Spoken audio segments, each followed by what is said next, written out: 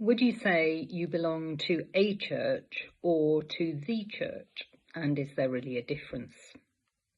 To belong to a church seems to me to be concerned with place, to be less outward looking perhaps, concerned for the care and security of your people, your assets, your future. But to belong to the church looks quite different, I think. Belonging to the church means you care as much for the church's ministry to others as to the ministry you and your parish receive yourselves. You seek to build up the church across your deanery and diocese for the good of all. You take the cure of souls seriously, seeing the church having care of all souls, meaning the nurturing of ministry which is present, visible and accessible in the spectrum of communities and contexts across the diocese. You seek to support, to share, to exist in a relationship of generosity and mutuality. Much as the story of the mustard seed flourishing from the smallest of beginnings, the kingdom thereby grows. And it is to the church, this church, that Christ calls us. The church as fishing net, not safety net. A calling to be the church means that you are not only concerned that you have ministry to reach out in evangelism to the community around your church, you're concerned that your neighbours have that too. In our gospel reading for today, we see how James and John feel so close to Jesus that they ask him a question which shows how far off their understanding of being close to God actually is.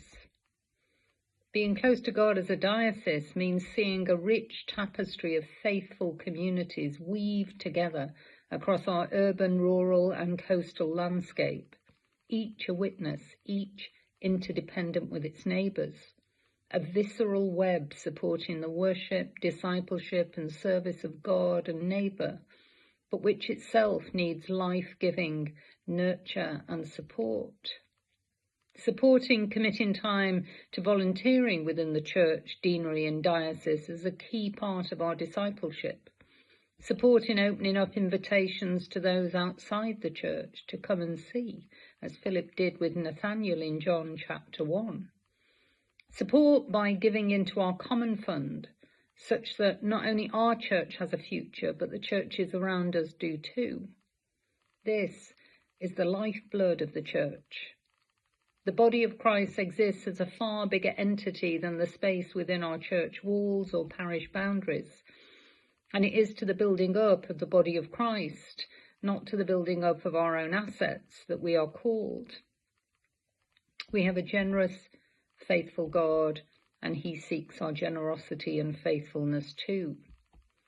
It's noteworthy that when Mary anoints Jesus' feet with perfume that costs a year's salary, far from condemning her recklessness, Jesus praises her and says she would hereafter be known not for what she had, but for what she gave away. What might we be called to give away so that the kingdom might prosper? Our gifts, time, power, status, position, money. All these things are blessings to us from God with which we're called to bless others and build up the ministry of the church. As we approach the beginning of a new church year over the coming weeks, we have opportunity to reflect on God's call to us as individuals and parish congregations to be generous, to commit to a closer walk with him and to a bolder witness in the year to come. The words of the Methodist Covenant Prayer, prayed on the first Sunday of the new church year, focus our minds well. It reads as follows: I am no longer my own, but yours. Put me to what you will. Place me with whom you will. Put me to doing, put me to suffering.